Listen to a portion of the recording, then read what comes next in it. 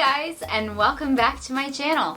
For those of you that don't know me, my name is Cody Kavita. I'm an actress and a voiceover artist here in Los Angeles, California, and I also have 5 chronic illnesses which I manage on a daily basis. Now, first off, Happy New Year! Welcome to 2023. Charlotte is very excited. In case you don't know, this is my cat Charlotte. She's a Maine Coon mix and an absolute nightmare, but we love her. But anyway, as you can tell from the title of this video, I have something really important that I wanted to talk to you guys about in this video. I am going to be talking about something that happens frequently for people with chronic illness, and it happens a lot more frequently than you would probably expect it to happen, and that is medication shortages. You may not know this, but there is actually a video on my channel called Self-Injections for PCOS. In that video, I talk about a medication that I'm on called semaglutide. Basically, it helps my pancreas control the release of insulin.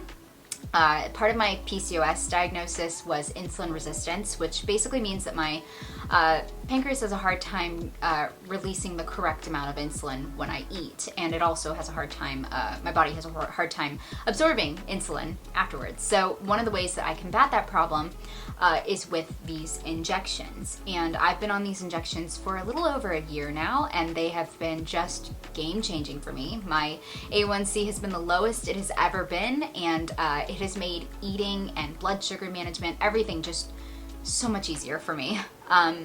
However, a couple of months ago, someone on TikTok made a video that then went viral talking about this medication and how it can help you lose weight, which of course is true. If you're controlling your pancreas and your insulin, then yeah, eventually you're going to lose weight, which for patients like me with insulin resistance or people who have type 2 diabetes, that's really important, because if we can't manage our weight, then it can lead to other problems. However, I got on this medication as a last resort. This was after doing diet, exercise, other medications. This was a nuclear option for me. I really didn't want to go on this medication, but I did, and it worked for me, and that's great. But for some people who saw this TikTok who don't have a medical condition, they saw it as an easy way to lose weight, which honestly, when you think about the side effects of this medication, I don't know how they could think that was easy, but I digress. So what happened was the demand for this drug went up, which created a shortage, and that is where we are now. This shortage started, I want to say it was about 3 months ago, and at that time I had a good supply in my fridge of my medication. However, now I have 2 doses left.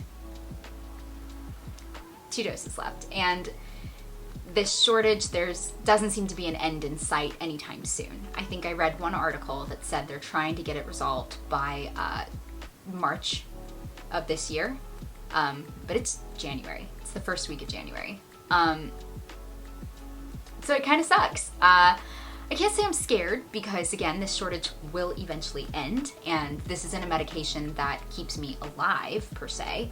It does keep me healthy and keep my A1C and my blood sugar at a really good point. I'm nervous because I don't have another way to control my insulin as effectively as this medication does, because before I got on this medication, diet and exercise wasn't cutting it. I don't know, there's not really a happy ending to this story, but I think it's something that needs to be talked about, because medication shortages happen all the time for people with chronic illness, and I'm not new to that. All that to say, I have a plan to talk to my doctor and see what can be done, if there's an alternative medication that I could possibly go on until my actual medication is restored, or just, you know, what my expectations should be. And if you're going through this, I encourage you to do the same. If I find anything helpful, I will share it on my Instagram or here if I have any updates. But yeah, I thought that should be said. Okay, now on to the happy stuff. As you could see from the other part of this video, I spent pretty much most of December in Germany with my fiance Till. It was my first time going. We went to spend time with his extended family. It's his grandfather's 90th birthday. So we went down and had a really nice, cozy time. But something else that I mentioned in my gift guide video was that I had bought myself a travel pillbox. And that is the thing that I definitely want to show you today because it worked out so well. And this is it. This is the hopefully it'll focus. There we go. This is the Bug Hull travel case. I got it in the black monochrome because, as you know, I have a rainbow one for my regular one. So I wanted to switch it up a little bit. But this thing was fantastic. Inside, there are individual compartments. I have the 2 a day because that's how I take my medications, one in the morning and in the night, but they also have 3 a day and 4 a day for travel. The great thing is these little compartments, they come out, which was so helpful when we'd be leaving the house. We were staying with family, and I wouldn't know, like, you know, when we'd be back to the house, and obviously with medications you have to take them on time. So these little compartments, they stay shut, so I could just toss them in my bag and have my medications for the day. I actually, now that I've been back for a week or so, I've been using this when I go places and I don't know when I'll be back. I just, you know, pop my medications in here for the day and then take them on the go. So yeah, I really enjoyed having this. I felt like it was worth the money, and I think I'm still gonna get good use out of it, even if I'm not currently traveling, especially those little individual containers. I really liked those. So now I will show you some of Germany. Where do I even begin? After a 16-hour travel day, we arrived in Germany. And one of the first stops we made was to the Braunschweig Weihnachtsmarkt, which basically means Christmas market. And it was magical. Here you see me trying Kinderpunsch, which is the kids' version of the adult beverage Glühwein, which is a mulled wine. I'm allergic to alcohol, so Kinderpunsch actually did the job for me, and it was really delicious. But hands down, one of my favorite treats at the Christmas market was called Puffertjes. I had this 2 times in a row. That's how much I liked it. But it's basically little tiny pancakes that they top with butter, powdered sugar, or if you'd like, orange liqueur. It was so good. A couple of days later, we went off to celebrate Till's grandfather's 90th birthday in this little town, which I'm not going to try and pronounce. I'll put it for you on the screens here. And of course, we stayed in that really pretty lodge. At some point, Till's Aunt Barbara got us all a horse-drawn carriage ride through the forest, which was lovely. But at one point, some of us wanted to get off and walk the rest of the way, and I'm really glad we did. Germany is gorgeous. This whole area was just stunning. Also, though, it was really cold. As you can see, that is a frozen stream. It was completely frozen. We were able to walk on top of it.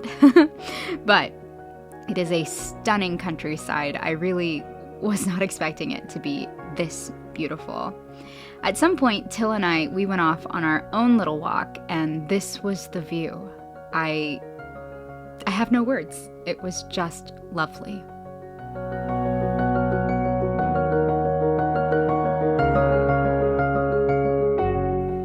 Shortly after that, Till took me to see a castle.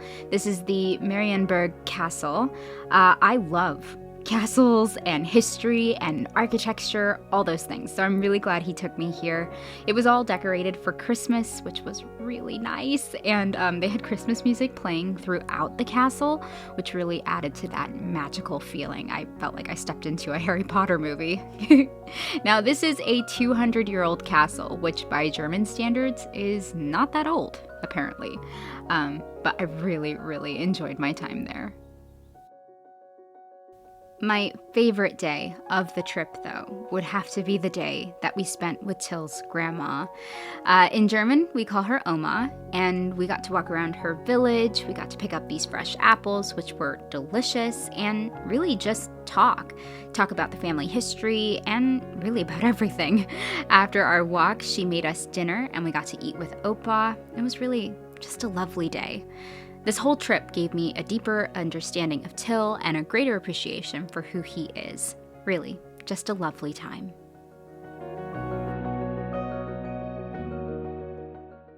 Of course, after Germany, once I got over my jet lag, my godsister came to visit me, and that was really nice. Her name is Ari. She lives up north in San Luis Obispo, but sometimes, actually, most New Year's we spend together. Growing up, we would always spend New Year's together, and as adults, we've tried to continue that tradition, but we haven't been able to do it because, obviously, pandemic. So this was our first year having it back since then, and it was really nice to have her here. Now we did try to vlog. I have realized I am not a vlogger yet. I forgot most of the time, so I will show you what we did do. We went to a really nice restaurant called OPENAIRE.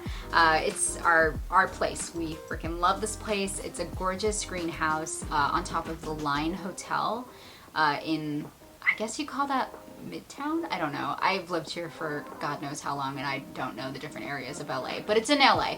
I'll link it below, and it has amazing food, but it's also, I am so sorry. I live in Pasadena, and there are wild parrots here. Okay, they're done. But it's at the Line Hotel, and we all actually, we invited my friend Leslie to come too. We all got huevos rancheros, and it was just, chef's kiss. It was so good. So that was really nice. Then of course we spent some time, she got my nails done for me, which was really nice. And then we've got donuts, and we just kind of hung out. It was just really nice to, after such a busy, crazy, wonderful year, to just relax with my nearest and dearest. So it was really cool. Also, while she was here, I got to finally ask her to be in my wedding, and she said yes, which I am so excited about. Otherwise, it was just a really fun time with her, and a great way to unwind before the new year. So when it comes to the new year, I definitely like to set my goals and intentions for the coming year. And something I love using is this, the Artist of Life workbook. Again, if you follow me over on Instagram, you know my obsession with this book. Oh, I've already gotten makeup on it? What? Okay. Oh, luckily it rubs off. It's fine. It's all good.